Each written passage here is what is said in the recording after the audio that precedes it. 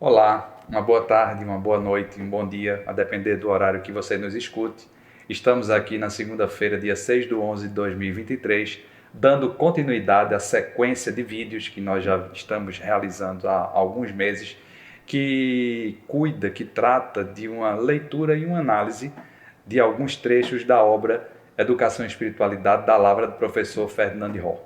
Dando sequência a essa reflexão, hoje nós vamos nos concentrar, nos ater nos capítulos 5 e 6, que tratam respectivamente de espiritualidade e religião, o capítulo 5, e espiritualidade, integralidade e sentido de vida, o capítulo 6. Com isso, a gente já vai avançando para a metade final dessa obra de Ferdinand, que a nossa intenção é concluí-la em vídeos ainda este ano, de 2023. Como sempre faço, saudando a todos e a todas que nos escutam e que assistem e acompanham esses nossos vídeos, deixo registrado o agradecimento a Eliezer e a Alana, que sempre estão oportunizando, dando o melhor suporte humano e técnico possíveis para que a gente faça essas construções, essas apresentações, essas reflexões gravadas em áudio, em vídeo aqui na nossa rádio web, que é um equipamento, como já disse em vários outros vídeos,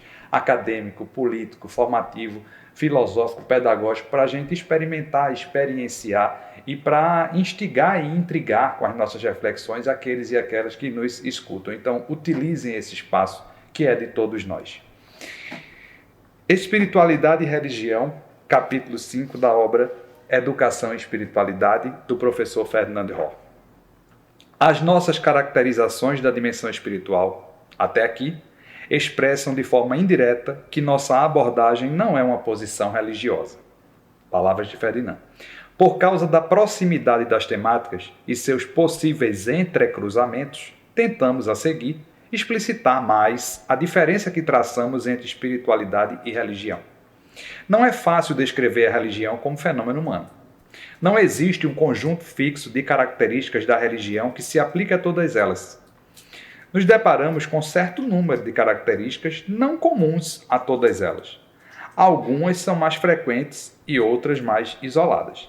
É comum, nas religiões, a crença no princípio diferente da realidade da nossa percepção comum, em algo que transcende o âmbito empírico, em algo divino que pode ser um princípio abstrato, um estado de graça que a pessoa pode alcançar, algo divino em si mesmo, ou, o que é mais comum, num Deus, ou certo número de deuses, que compartilha ou não características da pessoa, além de outros atributos que transcendem o ser humano. Esse divino é fundante para a nossa realidade, quase sempre um princípio ou autor da criação ou de regulação dessa realidade, com interferências mais ou menos concretas. Dessa forma, o próprio divino se revela de forma direta ou indireta para os seres humanos. Com isso, existem possibilidades de comunicação com o divino, comumente restritas a algumas pessoas excepcionais, sacerdotes, videntes, xamãs ou semelhantes.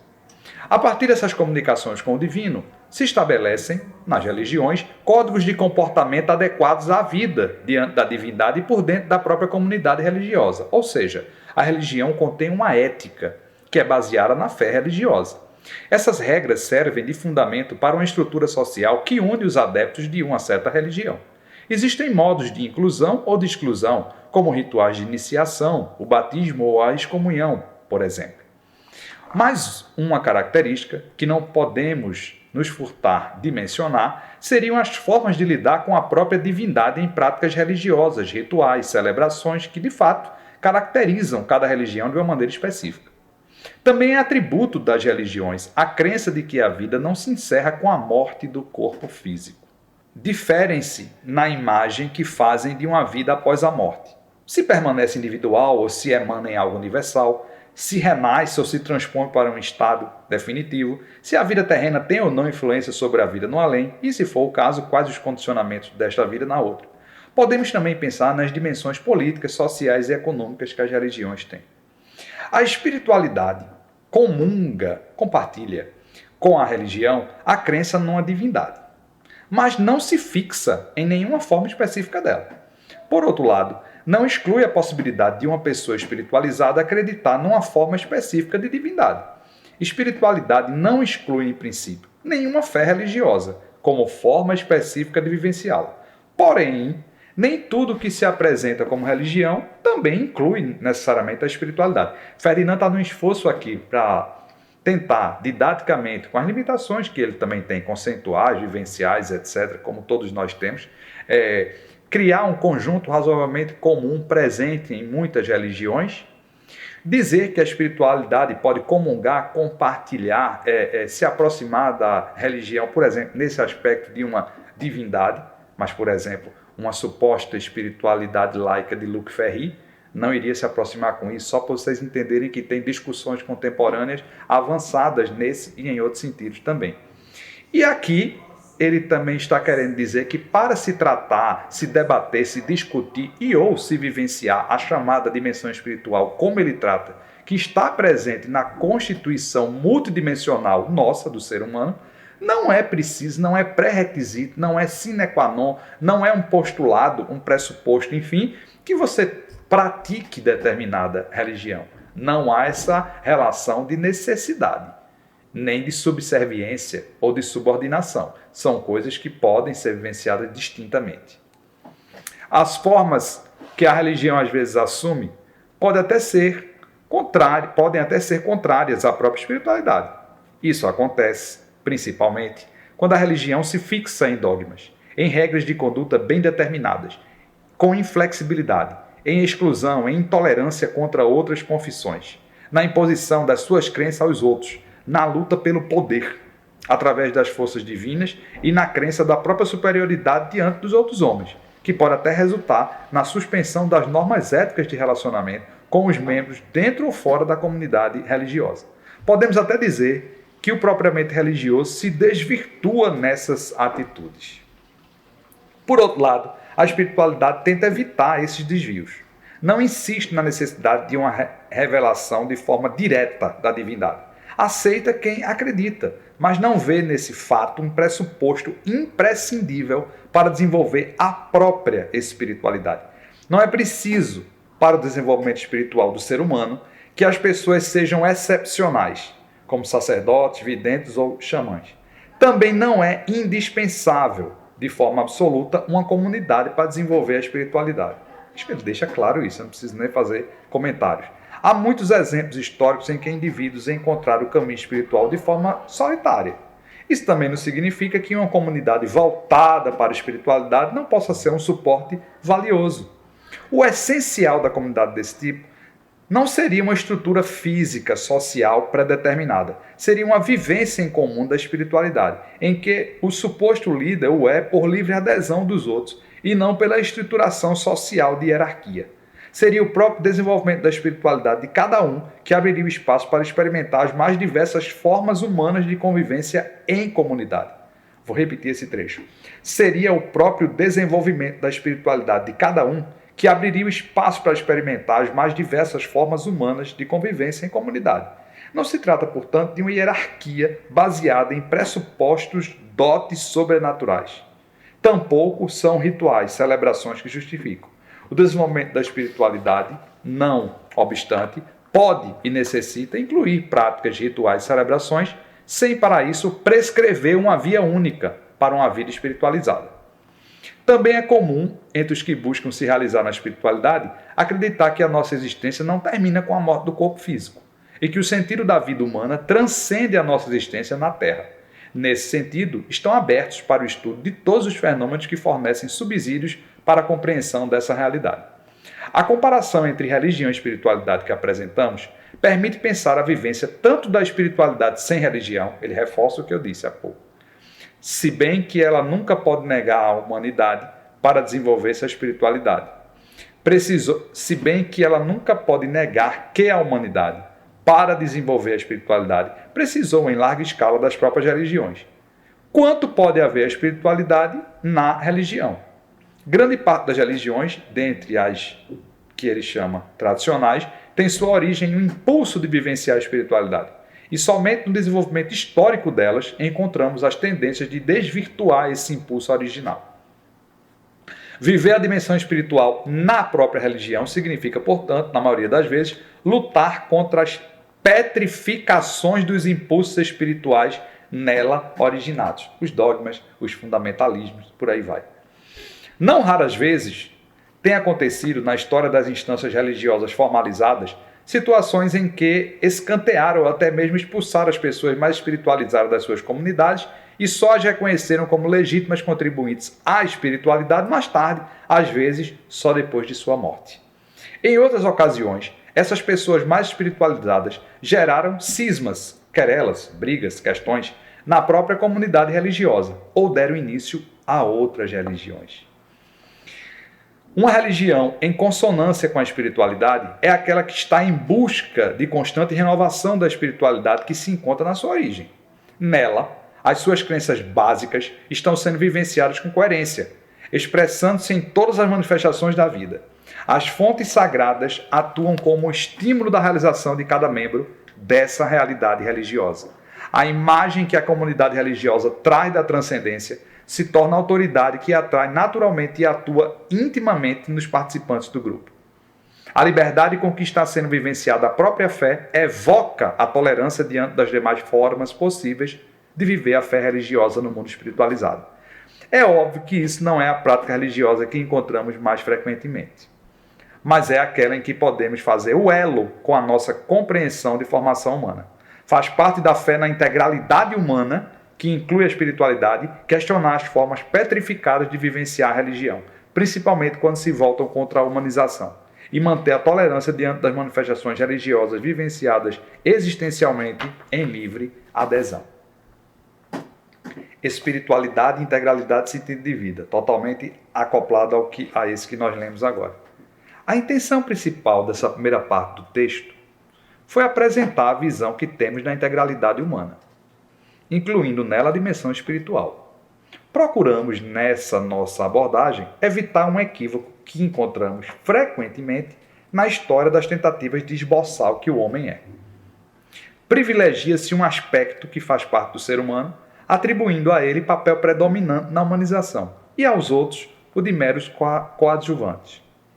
A ênfase que nós dispensamos à dimensão espiritual, Ferdinand falando aqui, neste trabalho, pode gerar a impressão de que cometemos o mesmo equívoco, ou seja, quer destacar, quer disjungir, quer separar a dimensão espiritual e colocá-la em um patamar à parte e privilegiado. Isso iria na contramão de tudo que na metade toda anterior dos livros, Ferdinand teve o cuidado de caracterizar a educação, a espiritualidade, a proposta dele, os elementos que caracterizariam a dimensão espiritual, a relação das dimensões básicas com as outras temáticas e transversais, e se afastar desses truísmos petrificantes, fundamentalistas e dogmáticos que algumas vezes podem caracterizar até a nossa forma de refletir, de reflexionar e de filosofar. E o nosso agir pedagógico, dentro ou fora de sala de aula, falando-se de formação humana. Então aqui ele diz, olha, reconhecemos algumas teorias da educação, quando eles relacionam, por exemplo, as teorias da irreverência e da correspondência, que podem querer enaltecer um aspecto político, econômico, etc., do ser humano, cognitivo, emocional, diminuindo os outros aspectos. Ele está dizendo que não quer incorrer nesse equívoco com a dimensão espiritual. Seria uma compreensão errônea, considerando a nossa abordagem, adicionar simplesmente mais um ismo ao já existente. Também seria pouco razoável evitar o ismo, atribuindo, num ato supostamente democrático, o mesmo peso a cada dimensão do ser humano. Além da dificuldade de construir o conjunto dos votantes, seriam totalmente desconsideradas as características e, com isso, a função de cada dimensão no conjunto. Cada dimensão exerce uma função importante, ele repete. E, para compreender bem o conjunto, precisamos saber não só o significado que cada componente representa, mas também as interligações entre todos, o peso e a função que cada ligação tem na dinâmica do conjunto. Apostando na dimensão espiritual, sem cuidar, ao mesmo tempo, muito bem de todas as outras dimensões, levamos fatalmente a caricatura do ser humano e, com isso, da própria espiritualidade. A proposta da integralidade só pode ser compreendida, na nossa visão, como a tentativa de atender a todas as dimensões do ser humano, considerando as características específicas que cada uma traz em si. concentramos o maior peso nas nossas reflexões na dimensão espiritual, por ser ela que está sendo negligenciada na maioria das propostas em discussão e para sugerir uma compreensão que se diferencia do modismo que em torno dela se criou. Então, mais uma vez, ele diz a razão formativa, pedagógica, educativa, filosófica, do porquê, no caso, ele quis fazer esse esforço filosófico de caracterizar a dimensão espiritual, a relação e a pertinência dela com a educação enquanto processo de humanização, processo de formação humana. Porque, na visão dele, na maioria das teorizações a respeito da formação humana, discute-se muito bem outros aspectos do ser humano, mas, na visão dele, não tão bem, não tão aprofundadamente, não tão minudenciadamente, fortemente, a dimensão espiritual. Quando fazem, parece fazer de uma maneira proselitista, num tom de tentar arrebanhar para si aquilo que acredita ser a melhor expressão da fé na Terra, por exemplo. Ele está querendo se afastar disso. É por isso que escolheu tratar da dimensão espiritual. Assim, iniciamos as nossas reflexões com a tentativa de demonstrar as dificuldades que enfrentamos quando procuramos uma compreensão mais profunda nas dimensões básicas imanentes. Encontramos múltiplos sentidos concorrendo entre si, sem identificar um critério sólido para as nossas escolhas. Uma análise mais exigente da nossa própria liberdade permitiu diferenciar entre a luta contra as forças que limitam as nossas escolhas e um ato de liberdade em que encontramos e escolhemos nós a nós mesmos.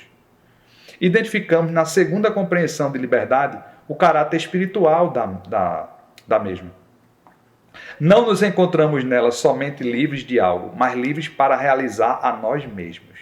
A escolha não é arbitrária. Tomamos rumo em um processo sempre custoso e demorado, em momentos intuitivos, mediados pelas condições de nossa mente, sempre mais conhecimento daquilo que somos.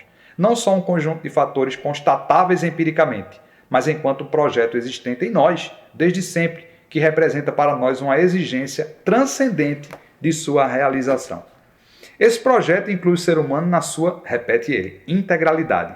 É num corpo de carne e osso, com suas sensações físicas, suas necessidades de sobrevivência, seus anseios por prazeres necessários e legítimos, com sua capacidade de abnegação, que o projeto se torna possível. É diante da dinâmica da nossa vida emocional, mergulhada em infinitas possibilidades de desequilíbrios e bloqueios, bem como munidos com as possibilidades de harmonização e fortalecimento positivo, que se criam os desvios e as aberturas no caminho e a busca de autenticidade. É o mundo das nossas atividades mentais que pode confluir com o nosso projeto de nós ou nos levar a ilusões, falsas crenças e visões limitadas sobre nós mesmos. Todas as dimensões imanentes, isoladas ou em conjunto, podem nos desviar de nós. Para nossa realização não basta a contribuição de um ou de outra. A sincronia de todas torna-se necessária. Não podemos dizer de antemão e de forma generalizada o que a pessoa é no seu íntimo.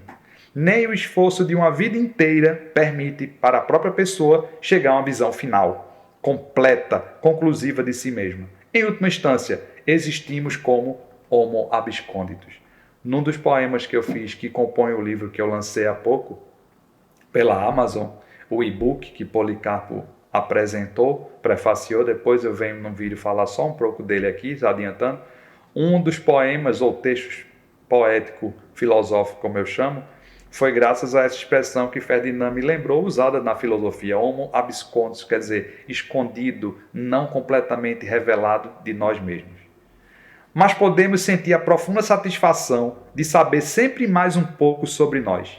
Poder ter, ainda que em momentos dolorosos da vida, a feliz certeza de que estamos no caminho certo. A isso se junta a certeza de que esse projeto só se realiza numa unidade em que a contribuição de todas as dimensões é decisiva para o êxito da obra. Naturalmente, contribuímos com nossas forças criativas na formação. Dispomos até de uma liberdade de escolha de pontos de gravidade nas dimensões temático-transversais, mesmo sendo o comprometimento com algumas delas indispensável. Contudo, nosso projeto em si não é criação, construção livre. Supomos um sujeito que pré-existe em cada pessoa.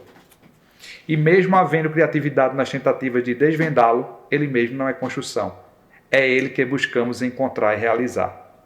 Esse sujeito é individual, e o que é substancial nele não é universal ou transcendental, cuja existência não precisamos negar. Posso conquistar a certeza de que uma determinada convicção, ação ou atitude corresponde a mim mesmo e que me nego a mim mesmo em outra. Admitimos a possibilidade de que o sentido da vida possa se desvendar para parte da humanidade em algumas crenças religiosas.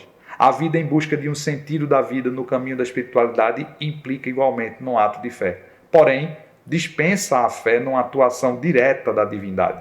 Trata-se de uma outra forma de fé, que se busca na realidade as cifras das transcendências, que não são conhecimentos sobre Deus, mas que podem se tornar orientações para a nossa vida mais comprometedoras do que qualquer fé em manifestações divinas. Mesmo se tornando absolutamente estranha a crença em revelações diretas, a própria busca da espiritualidade ensina a não poder descartar a existência das experiências diretas de crença, bem como a possibilidade de se fechar diante da fé na espiritualidade ou interpretar as próprias experiências de forma diferente. Não cabe à vida baseada na espiritualidade impor crenças a ninguém. A espiritualidade é a experiência própria, ou então ela não existe. E quando ela existe, jamais se esgota em palavras ou em belos pensamentos. Trata-se de um compromisso incondicional consigo mesmo, de sua realização na vida prática, que pode até contar com recaídas e fragilidades, mas nunca sem sentir a dor profunda da negação de si mesmo e o desejo de superação.